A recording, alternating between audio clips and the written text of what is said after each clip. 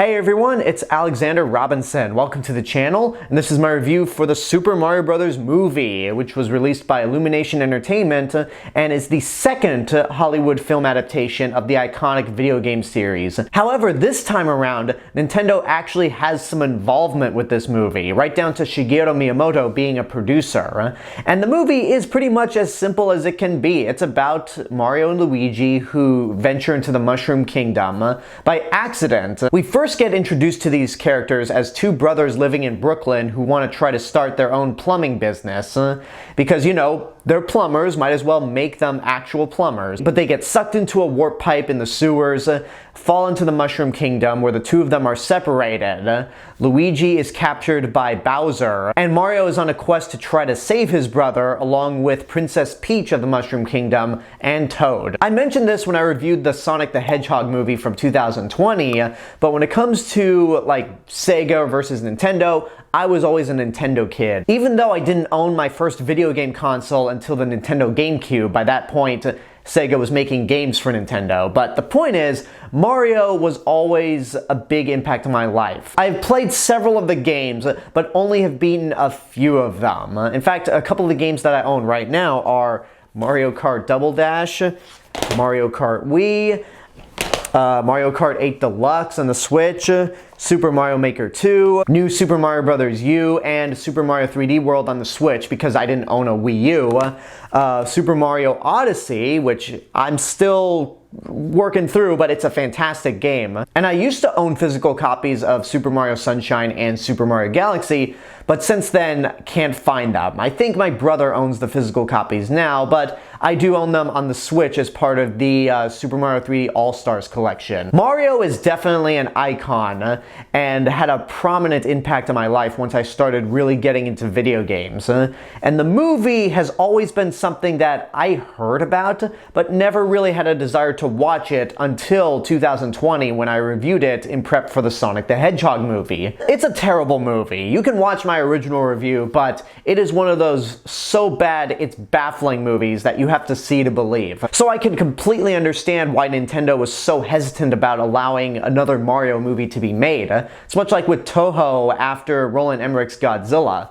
There was a reason why they waited so long to let America make another movie. And with this new Mario movie, there was a lot of hype surrounding it because Nintendo was actually involved this time around.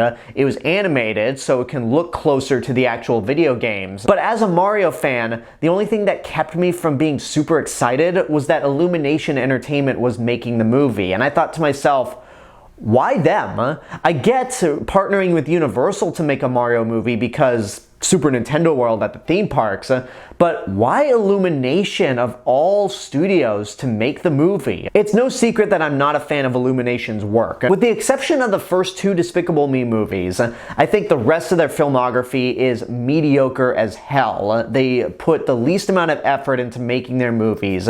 They are completely generic, and you forget about them the second you leave the theater, but for some reason they make buttloads of money. So that's why I was really nervous about this new movie. And I gotta say, it is the best movie that Illumination has made since Despicable Me 2, but it still falls into a lot of their trappings. Let me first start off with the positives, because there are things to like about this movie. I love the way this movie looks. One of the things I've always admired about Illumination Entertainment is that animation-wise, they can take something that is based off a pre-existing IP, and the designs feel like they were ripped straight from that IP. They don't modify it very much, or at all. Like the Lorax and the Grinch, those movies look like the original Dr. Seuss books, and this movie very much looks like a Mario game come to life.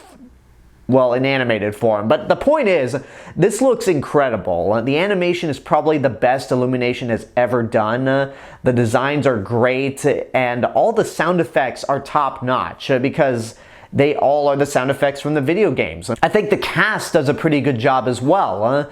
I am a bit irritated by the fact that they got A-list celebrities when they could have easily gotten the voice actors who've voiced these characters for decades, especially when it comes to Chris Pratt as Mario. This was the one casting that everyone despised. Everyone made fun of this particular casting, myself included, because every time we heard Chris Pratt as Mario in the trailers, it didn't sound like he was trying trying at all.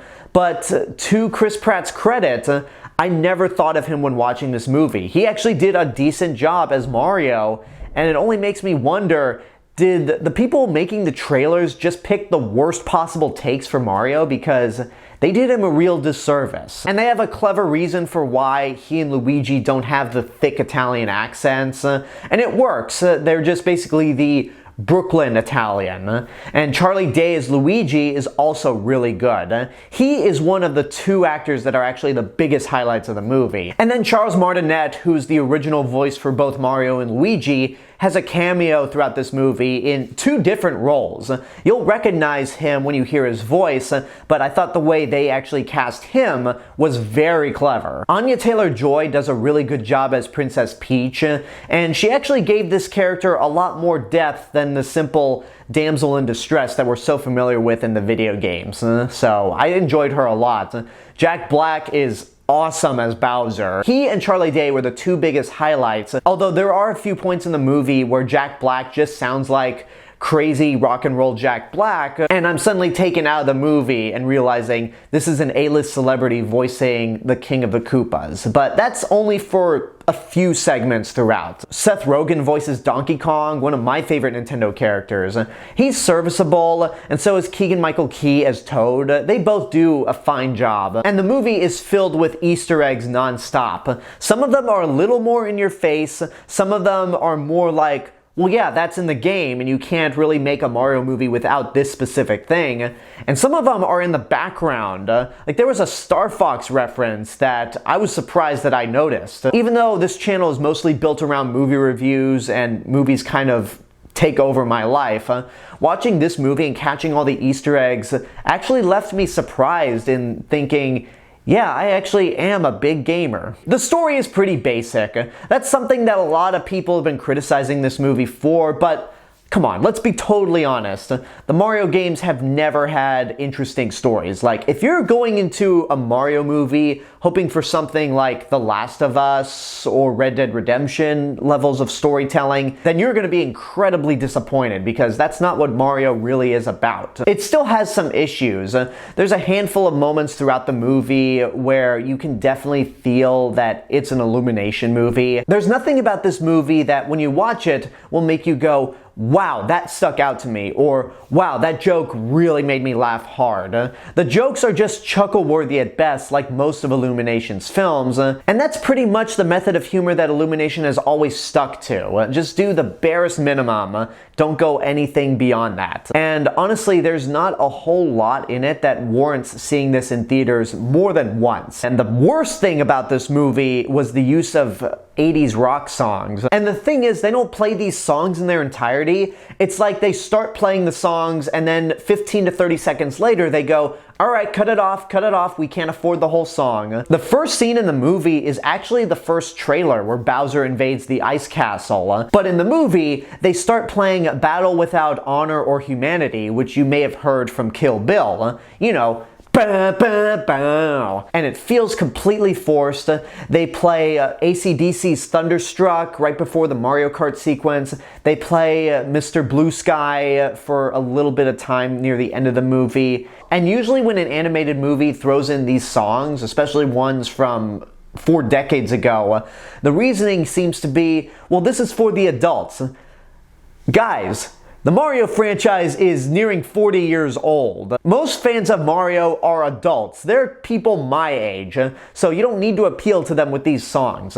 It works perfectly fine for Sonic the Hedgehog because Sonic has had a lot of these rock songs with lyrics, but it so does not work for Mario, and I think that is something that really takes you out of the movie, at least for me. I don't think this movie is all that great, but thinking back on it, it's not bad. It's just like every other Illumination movie out there.